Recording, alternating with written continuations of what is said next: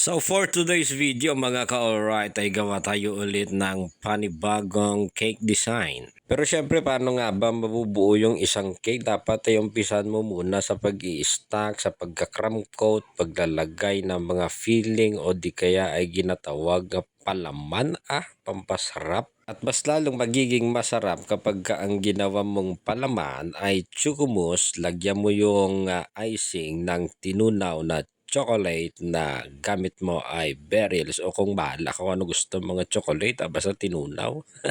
Pero kung mapapansin mo parang iba yata yung boses ko medyo natrangkaso tayo pero patapos na rin mga ka-alright at itong ating cake naman ay natapos na yung 2023 pero hindi pa natin i-upload. Late upload, no ba yan? By the way, ang nag-order pala nitong cake natin ay si Ma'am Gretchen Pilacheca. Suki ka to si Ma'am at nung first birthday pala ng anak niya ay dito na nagpapagawa sa atin si Madam. Kaya thank you Madam sa pagtitiwala dito sa Odi Cakes.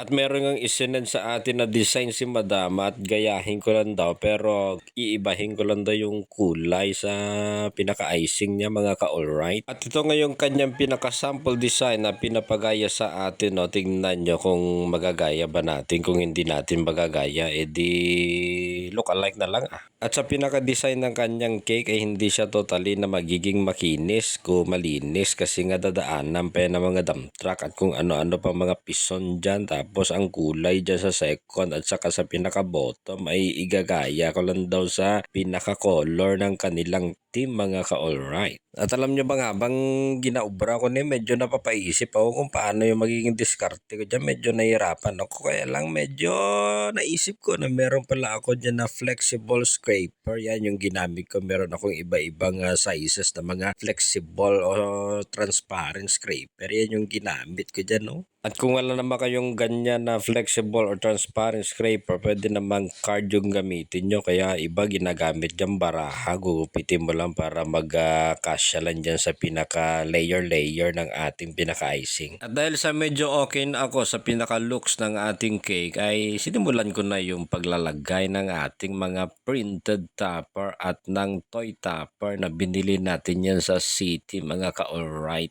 At yung mga printed topper ay kinuha ko lang yan sa Google at yung iba naman ay kung saan ko na napulot. Hanapin nyo na lang sa Pinterest, maraming ganyan. At yun naman kanyang pinaka-topper.